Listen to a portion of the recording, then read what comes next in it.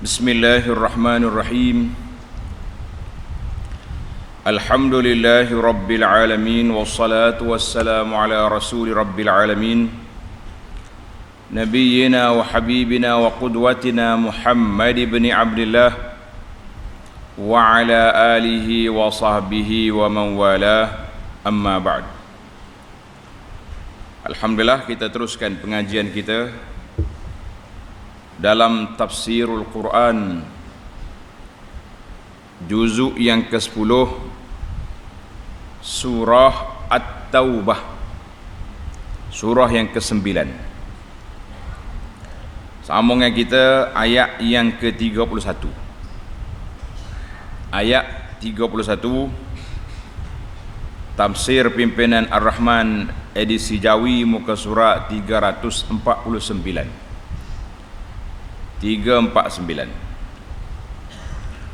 InsyaAllah kita baca beberapa ayat, kemudian kita pergi kepada tafsir dan juga tadabbur di tempat yang kita boleh bertadabbur di situ, insyaAllah.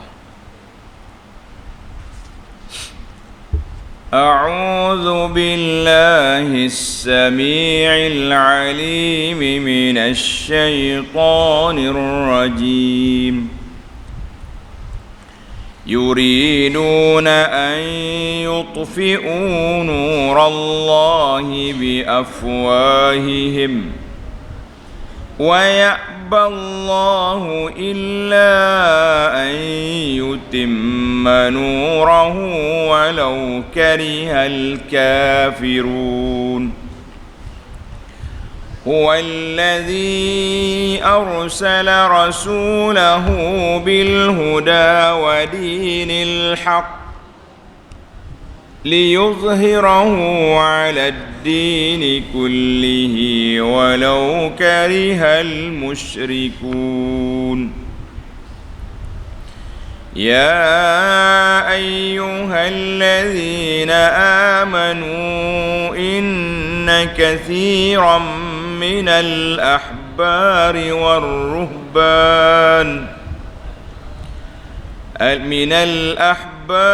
والرهبان ليأكلون أموال الناس بالباطل ويصدون عن سبيل الله.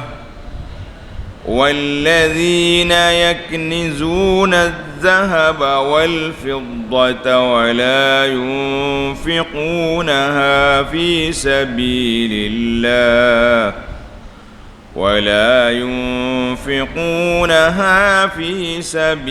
الله فبشرهم بعذاب أليم. يوم يحمى عليها في نار جهنم فتكوى بها جباههم وجنوبهم وظهورهم.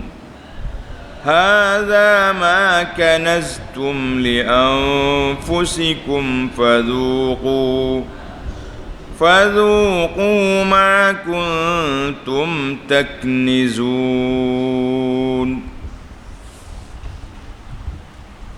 Dua kisah di sini. Yang pertama, kita akan bincang tentang perancangan orang kafir untuk menghapuskan Islam. Maka Allah Ta'ala gagalkan dan Allah Ta'ala zahirkan agama ini ke seluruh pelosok dunia. Ma balaghal lailu wan nahar, selagi sampai di sana malam dengan siang. Kemudian kita akan pergi kepada mengenali golongan yang tidak layak untuk memimpin umat ini, iaitulah golongan Yahudi dengan Nasara. Sebab ahbar, padri, warruhban, pendeta dia tidak telus. Ada di kalangan mereka yang kathiran, ramai di kalangan mereka yang tidak telus, makan harta dengan cara yang tidak baik. Tengok ayat 31.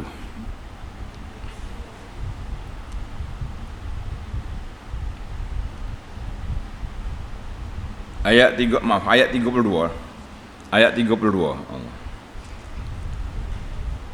Ayat 31 yang telah kita bincang dalam siri yang lepas, iaitu Allah Ta'ala gambarkan kerana puak-puak Yahudi dengan Nasara yang mengambil apa yang telah diciptakan oleh guru-guru mereka, tok rahib mereka,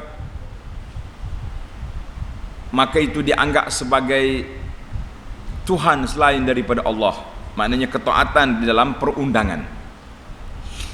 Kemudian sambungnya kita ayat 32, maaf, ayat permula ayat kita ni ayat 32 untuk kali ini.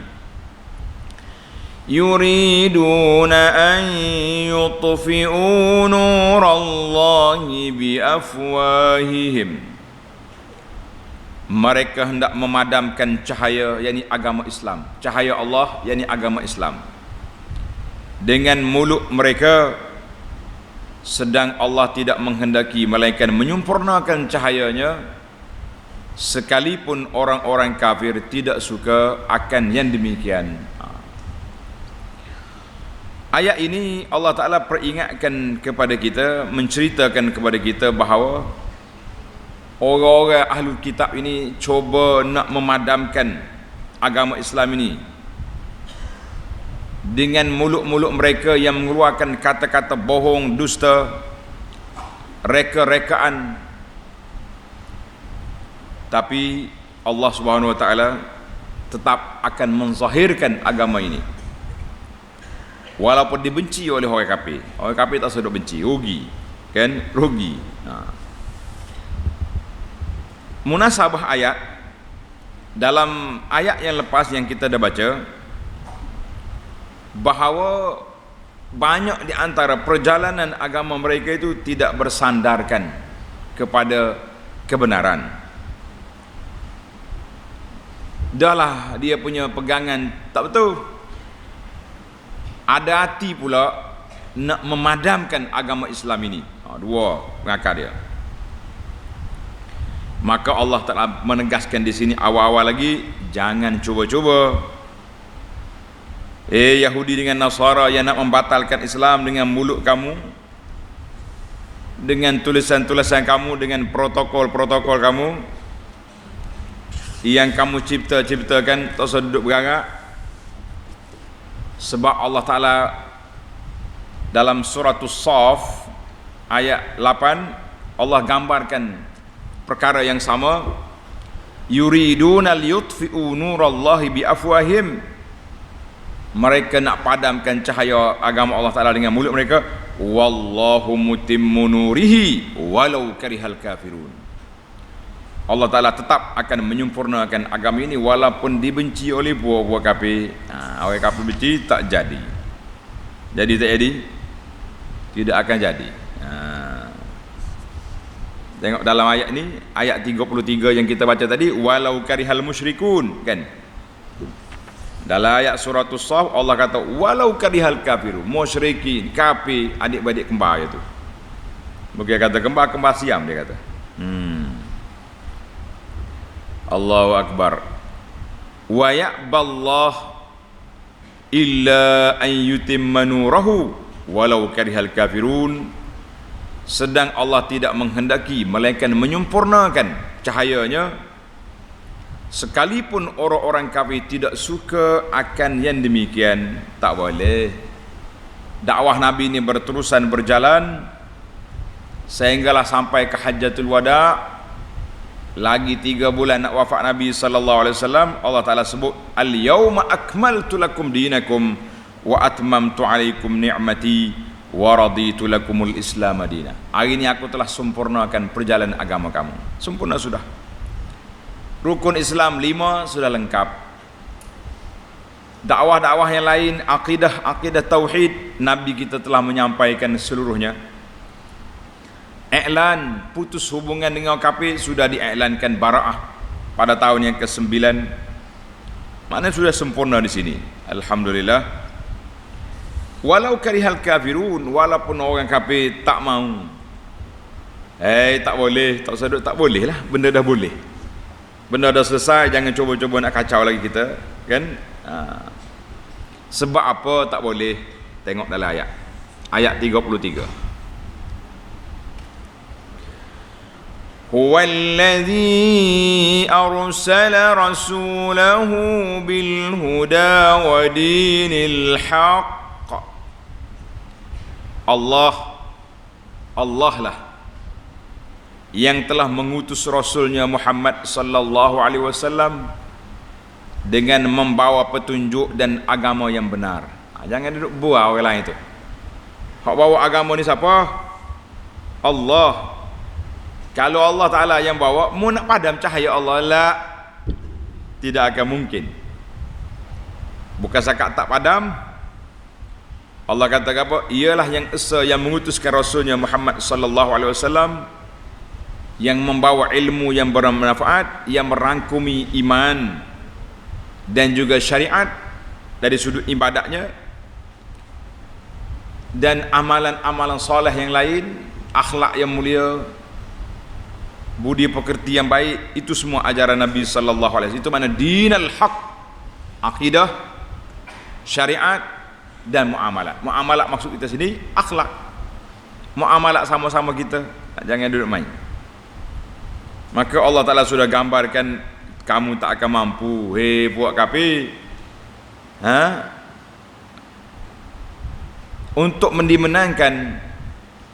Dialah yang telah mengutus Rasulnya Muhammad sallallahu alaihi wasallam dengan membawa petunjuk dan agama yang benar, ini agama Islam, untuk dimenangkan dan ditinggikannya atas segala agama yang lain, walau karihal musyrikun, walaupun orang-orang musyrik tidak menyukainya.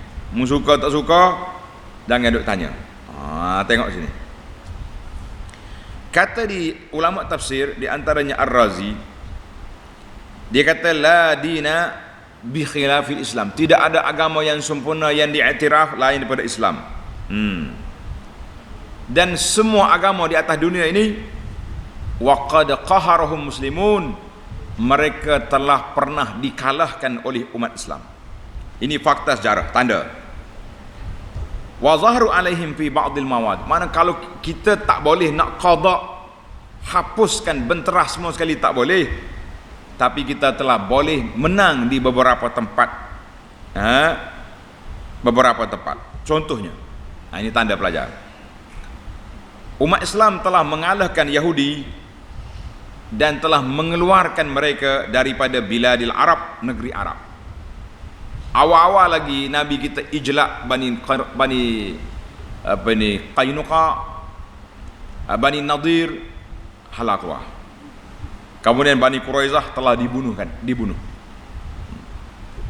Wa ghalabun Nasara, puak-puak Nasara telah dikalahkan oleh pemimpin Islam ala biladis Syam, sekitar bumi Syam, ke arah Rum dan ke arah Ghab, ke arah barat. Umat Islam telah mengalahkan agama Majusi, menghancurkan kerajaan mereka di mana Kisra, kerajaan Parsi, dan telah mengalahkan penyembah-penyembah berhala di banyak negara, mimma yali at-Turk wal Hindi, di negara Turki, negara Hindi. Demikian juga agama-agama yang lain telah dikalahkan. Islam telah memerintah di Andalusia selama 800 tahun.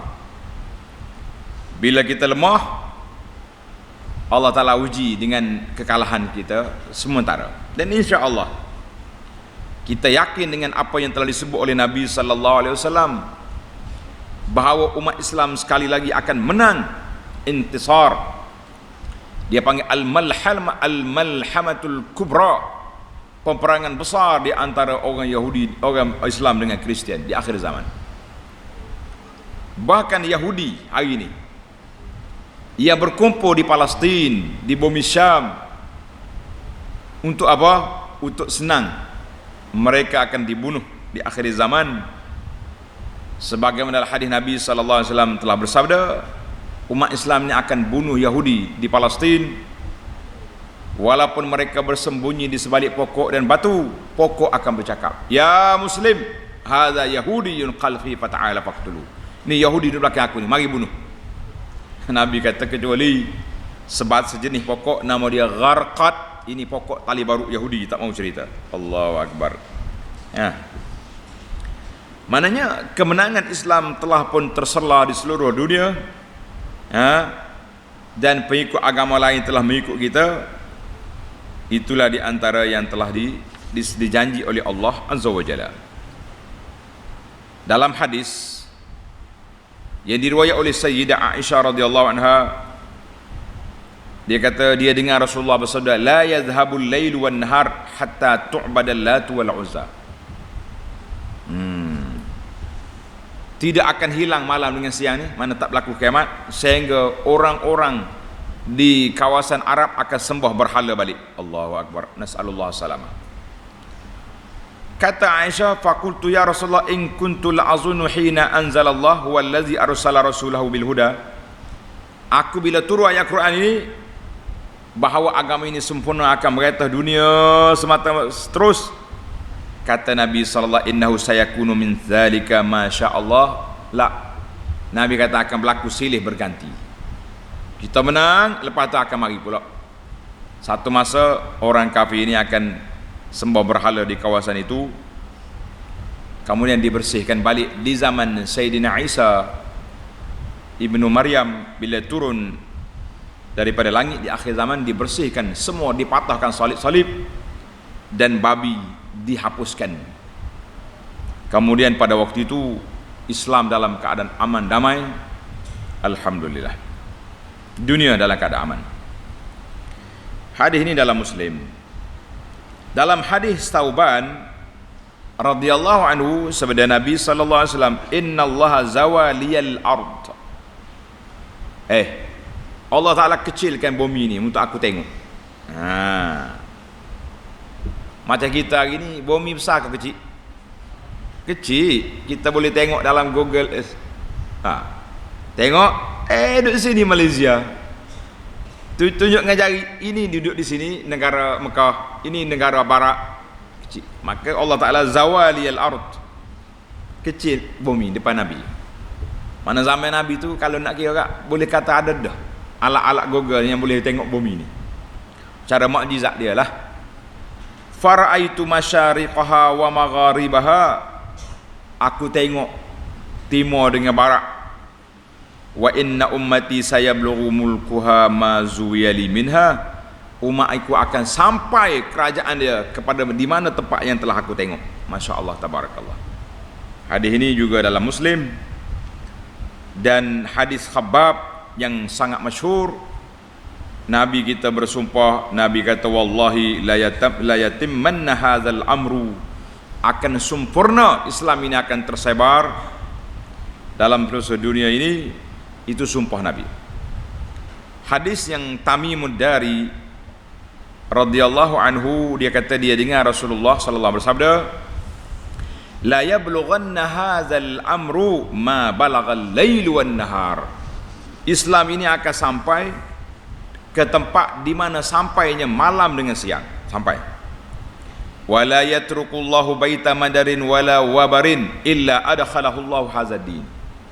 Allah Taala tidak akan biarkan mana-mana rumah daripada tanah kau, daripada apa yang dibuat, kecuali Allah Taala akan masukkan agama ini. Bi'izzi azizin au bizulli zalilin, dengan kemuliaan orang yang mulia atau hina orang hina. Izzan yu'izzullahu bihil Islam, kemuliaan yang Allah Ta'ala muliakan dengan dia Islam. Wa zullan yudhillullahu bihil kufra, dan kehinaan yang Allah Ta'ala hinakan orang kafir. Hadis ini dikeluarkan oleh Imam Ahmad. Maka para jemaah sekalian, alhamdulillah, ini janji Allah Ta'ala telah berlaku. Sunnatullah, ketetapan Allah Ta'ala terjadi, bahawa dunia ini silih berganti. Ada kala kita di atas, ada kala kita ditindas. Ada waktu kita menang, ada waktu kita tewas. Tapi agama tak tewas. Yang tewasnya umat Islam.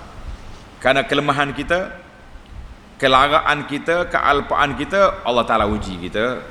Nas'alullaha as-salamata wal afiyah. Mana ayat yang kita baca ini para pelajar sekalian? Ayat 32.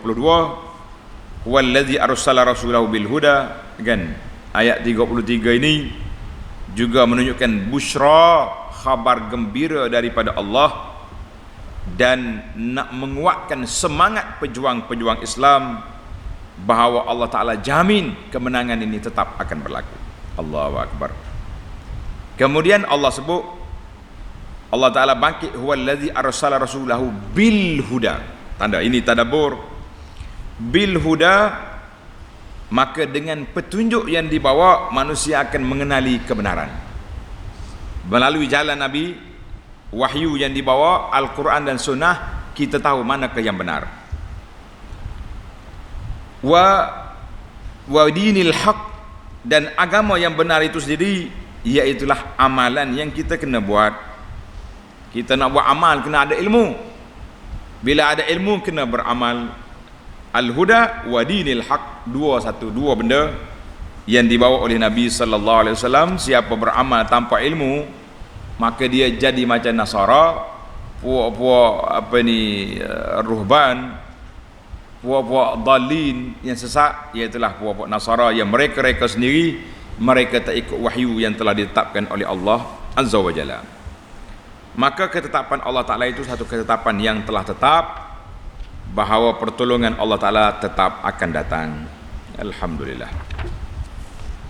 Kita berpindah kepada ayat 34. Tengok baik 34.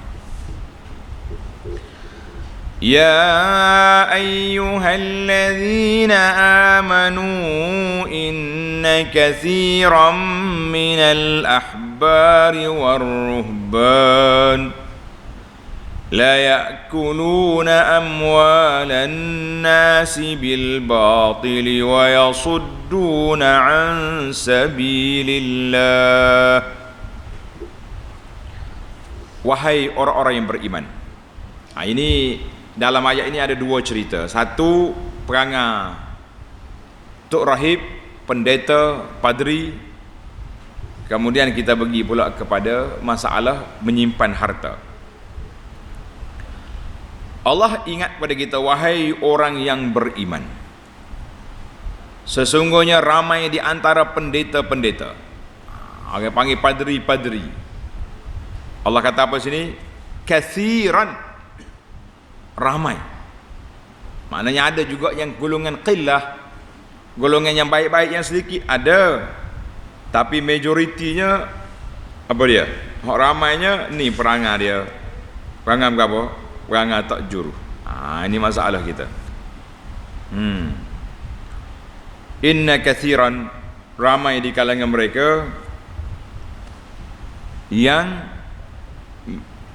pendeta-pendeta dan ahli-ahli agama, ahli ibadat Yahud Nasara, la ya'kuluna amwalan nasi bil batil, memakan harta orang ramai dengan cara yang salah. Allahu Akbar. Ayat ni sambung dengan siri yang lepas. Allah Ta'ala kata orang Yahudi dan Nasara ittakhazu ahbarahum, mereka menjadikan padri-padri pendeta mereka sebagai Tuhan yang meletakkan hukum hakam secara suka-suka. Maka Allah nyata di sini mereka tidak layak. Apa yang tak layak? Tak layak dilantik menjadi ketua macam ni, kerana ramai di antara mereka fajaratun ghairu mustaqimin, mereka ini orang yang jahat yang tidak istiqamah. Allahu Akbar. Kan? Dan Allah Ta'ala juga telah sebut ketua-ketua Yahudi Nasara takabur, salah guna kuasa, iddia' ar-rububiyah, mendakwa mereka lah yang ketua, yang berhak untuk memberi kampunan dan sebagainya. Dia panggil sak al-ghufran, surat pengampunan. Sakul ghufran itu makna surat pengampunan. Orang yang bersalah mari jumpa tok ayah, boleh lepas. Ini jangan main-main. Jangan lepas, jangan main. Dalam tafsir dia kata apa? Banyakkan hukum mereka cipta sendiri. Namun begitu, ada juga orang-orang soleh di kalangan yang baik-baik. Siapa dia orang soleh? Seperti Abdullah bin Salam dan Mukhairiq. Ini tak ajar dengan nama dia, Mukhairiq. Apa nama? Mukhairiq. Orang ini baik, ikhlas, beramal dengan kitab mereka, dan bila Nabi sampai Madinah, Abdullah bin Salam terus masuk Islam. Allahu Akbar. Jadi kejadiannya, kathiran min ulama'il yahud wa ubadin nasara yatamallakun amwalan nas bighairi haqqin, mereka mengambil harta orang dengan cara yang tidak benar. Tanda ni pelajar. Bagaimana cara dia? Dalam tafsir kata al-batilu, kebatilan yang dibuat oleh pendeta-pendeta, padri-padri itu banyak. Di antaranya, tulis. Yang pertama, taghyirul ahkam ad-diniyah. Mereka mengubah hukum hakam agama ini untuk selera mereka, mengikut hawa nafsu dia ataupun mengikut apa yang orang suka. Satu, mengubah perjalanan agama. Yang kedua, al-qada, mereka menjadi hakim, qadi di antara manusia dengan cara yang zalim. Dia tidak beri orang berhak tu hak dia sebagaimana yang telah ditetapkan oleh syarak, tapi dia suka-suka hak ni benar, hak ni kalah. Jangan mainan ni berlaku. Hakim-hakim boleh dibeli, boleh dijual, maka hukum tak stabil, kan? Yang ketiga, jahdul amanat. Mereka juga sering mengingkari, menafikan amanah yang orang letak dengan dia. Orang mari sipai barang dengan dia, no, tak ada. Sedangkan ada. Moga tuan guru besar tak ambil lah resip bukti, kan? Tapi dia ingkar, dia nafi. Ini masalah. Yang keempat, aklu amwalil yatama wa amwalil awqaf was sadaqat. Mereka makan harta anak yatim, harta wakaf, dan juga sedekah-sedekah yang telah diberikan kepada mereka. Ini di antara keburukan, kejahatan, contoh yang telah ditunjukkan, dicerita oleh Allah Ta'ala kepada kita. Ada satu kisah panjang. Tanda ni pelajar, kisah ini kita sudah cerita dalam siri-siri kisah benar ataupun kisah Nabi dengan sahabat. Alhamdulillah saya dah khatam. 2 buku ni sudah dikhatam di sini. Kisah pengembaraan Salman Al-Farisi.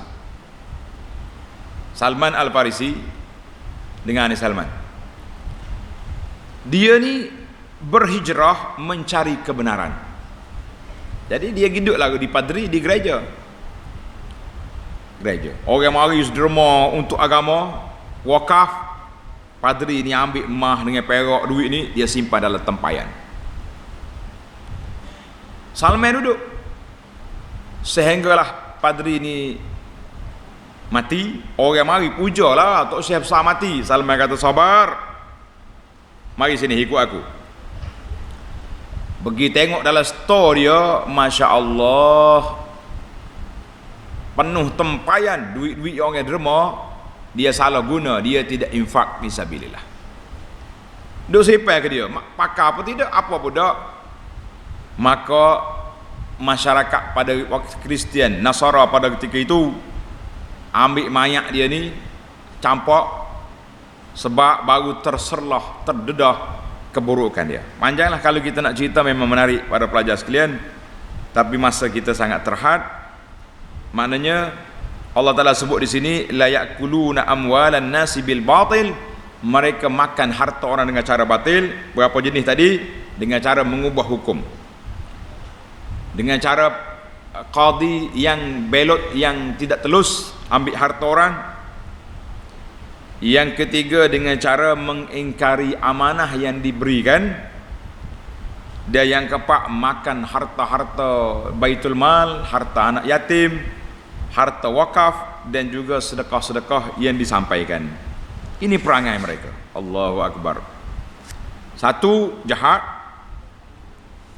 Perangai yang kedua, tengok dalam ayat Quran ni, wa yasudduna an sabilillah, dan mereka juga menghalangi manusia dari jalan Allah. Sekat orang, tak bagi orang nak masuk Islam, oi jangan pergi kan, itu khianat. Dia kata dahlah mereka sendiri tak mau ikut. Wa ighra'un nas bil i'rad an zalik, dia galakkan orang, sekat orang pula tak mau bagi masuk Islam. Ini di sebuah agama mereka. Iz yughayyiruna al-amal biha, dia galak beramal dengan agama dia dan menyesatkan orang lain daripada hakikat yang sebenar. Allahu Akbar. Ini perbuatan. Dia tak mau bagi, tak mau dengar apa yang dibawa oleh Nabi sallallahu alaihi wasallam. Bahkan dia tipu, kan? Ubah ayat ikut selera dia. Masya-Allah, tabarakallah. Baik. Itu perangai Yahudi sudah jelas kepada kita. Kemudian kita pergi kepada satu lagi episod ataupun perbincangan dalam ayat ini, iaitulah tentang orang yang menyimpan emas dengan perak.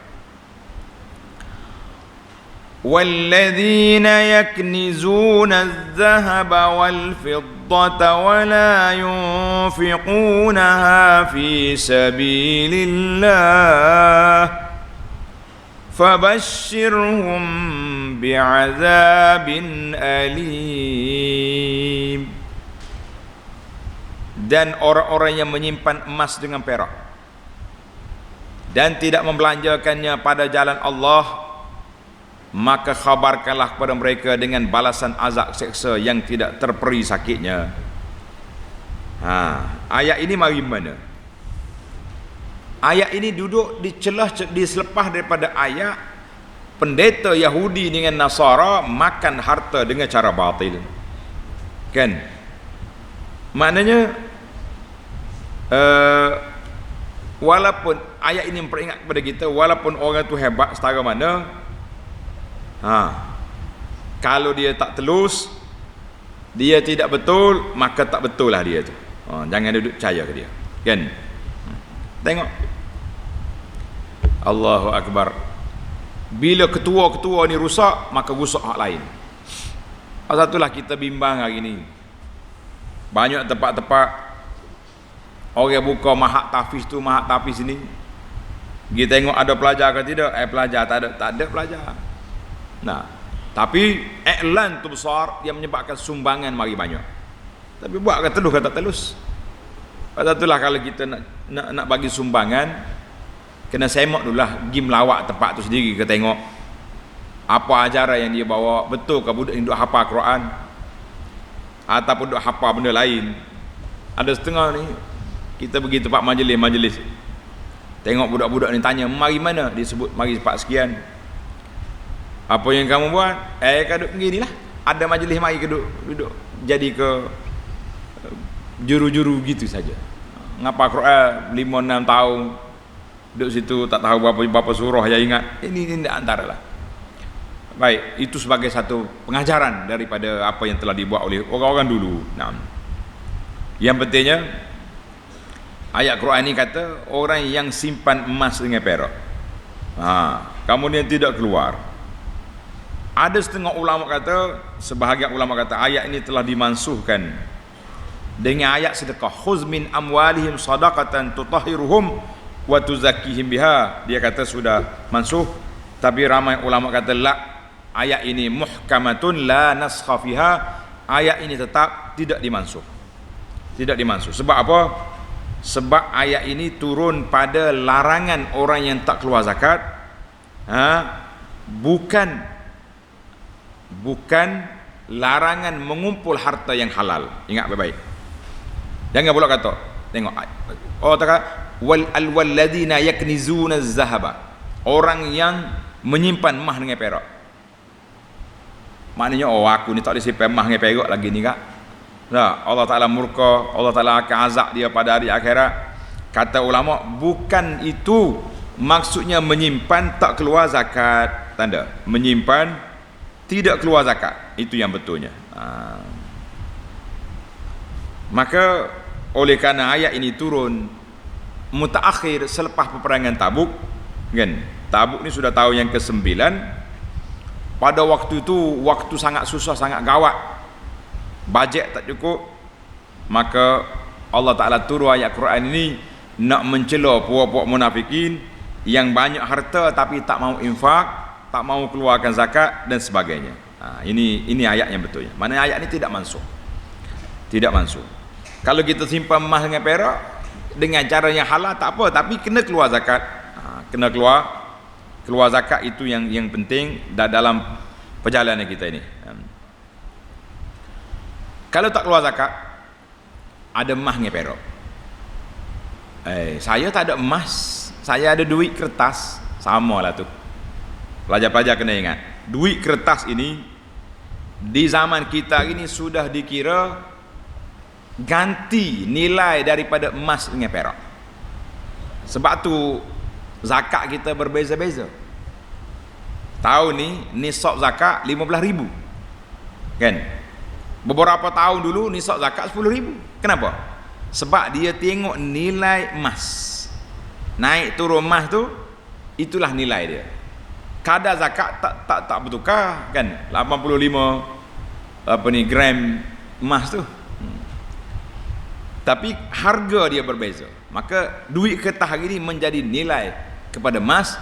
Jangan pula ada orang bagi fatwa kertas ni macam kertas sak khabar Cina ya. Nah, boleh campak lah nak tahu duit awak tu. Campak, berani? Campak. Nah, maka kalau kita batalkan ini, banyak zakat tidak ada. Sebab mana ada orang simpan emas banyak-banyak sekarang ni? Yang simpan duit. Hati-hati dalam fatwa kita, jangan duduk pandai-pandai.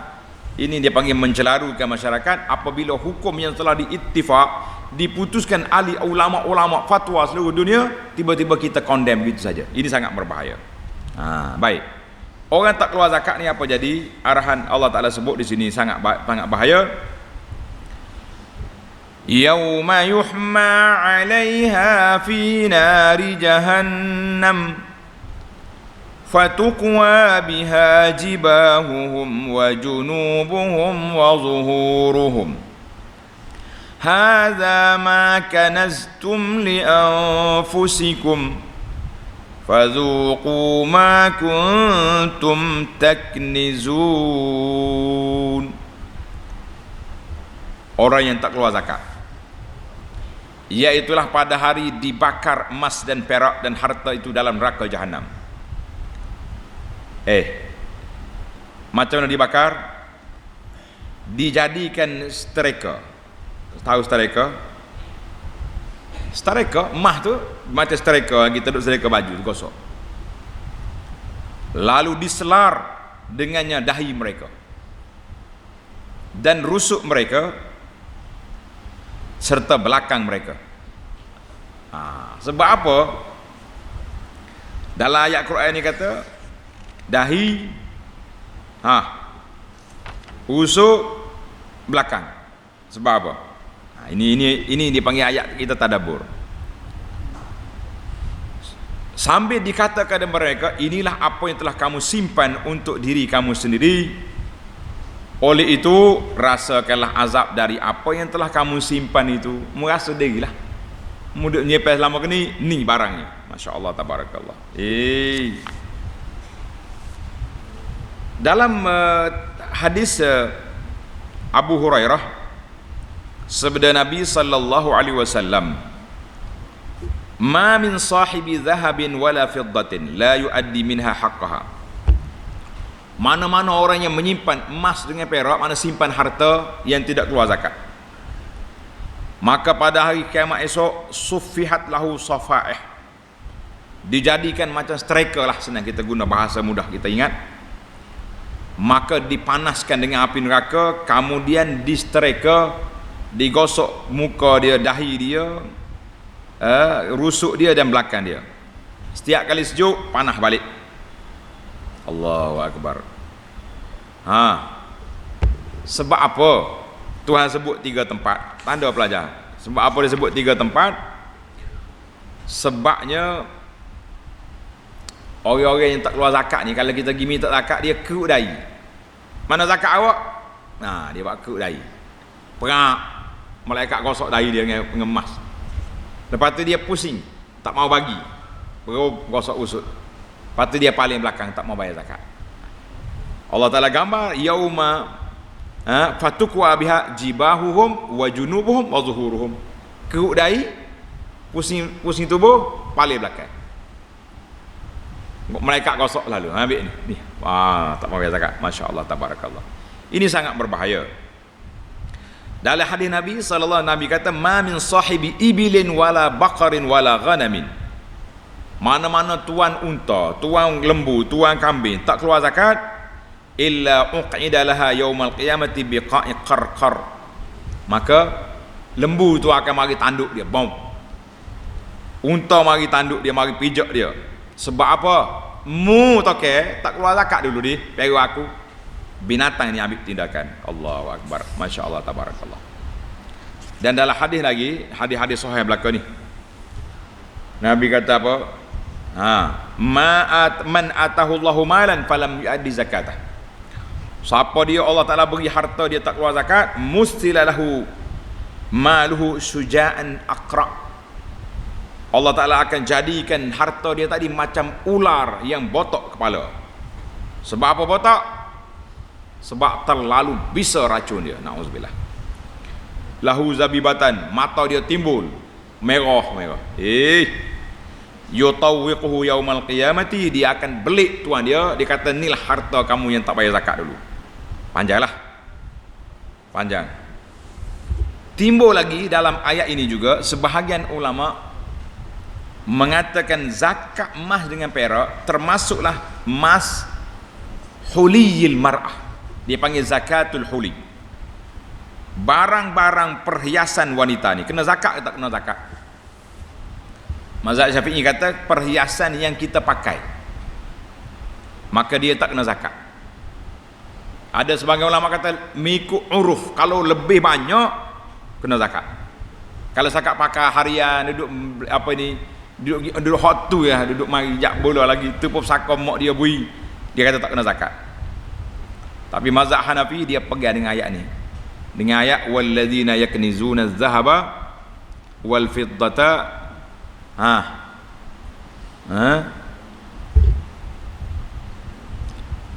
wala yunfiquna fi sabilillah. Dia pegang dengan ayat ni dalil bahawa zakat huli, perhiasan wanita itu kena zakat juga. Lepas tu ada hadis lagi, hadis miskatan. Kan orang tu mari bawa anak dia pakai cincin, Nabi tanya, membayar zakat dah ni? Dia kata tak bayar. Kalau tak bayar, mau pakai api neraka. Dan ada lagi hadis-hadis lain. Sebagian ulama menerima hadis itu sebagai dalil, ada yang katakan dhaif. Maka kesimpulan yang Abu Anas afallahu anhu wa an walidayhi memberi nasihat kepada para wanita sekalian, kita kata ihtiyati, elok kita bayar zakat. Mazhab kita tak bayar, kata tak apa. Kita kalau kita bayar zakat, dua perkara yang kita lepas. Yang pertama, pandangan yang mengatakan wajib zakat, kita dah bayar. Rupa-rupanya pandangan yang rajih, yang kuat, tak kena zakat, seperti pandangan mazhab kita. Maka dia jadi sedekah. Betul tak? Zakat wajib tak jadi, tapi jadi sedekah yang sunat. Kita tak akan rugi dua-dua. Tapi kalau rajih pandangan yang kata kena zakat, kita tak bayar, apa kita nak berdepan dengan Allah Ta'ala di akhirat esok? Gelang kita jadi panah, jadi setrika, rantai kita jadi setrika, benar. Maka pasal itulah kami belajar dulu, sebahagian daripada masyayikhuna mentarjihkan bahawa ihtiyat, langkah berhati-hati, langkah yang baik, iaitulah kita keluar zakat. Zakat emas je. Contohnya orang ni ada gelar besar, permata dia ada besar ni, pegang lengan tu kok bergonya kat lengan berat, ataupun rantai, mata dia ada besar ni, mata buah bola, berjalan tu bokok, mata tu tak kena zakat. Yang kenanya emas. bawa barang-barang pergi kedai emas, tanya dia berapa gram, berapa nilai hari sekarang, kita bayar zakat setakat itu. Saya kata wallahu alam, kita bukan nak langgar fatwa enakmen, tapi kita nak bagi tahu bahawa ihtiyat, langkah berhati-hati, kita bayar zakat emas dengan perak. Alhamdulillah. Penutup pada ayat ini, iaitulah daripada Thauban radhiyallahu anhu, ketika turunnya ayat ni tentang emas dengan perak ini, mereka pun tanya, ayul mali nattakhiz, emas dengan perak ni kalau ada banyak kena keluar zakat, kalau tak keluar zakat kena apa ni, kena panaskan di akhirat esok. Ataupun mereka ingatkan kalau perak emas dengan banyak ni jadi salah. Contohnya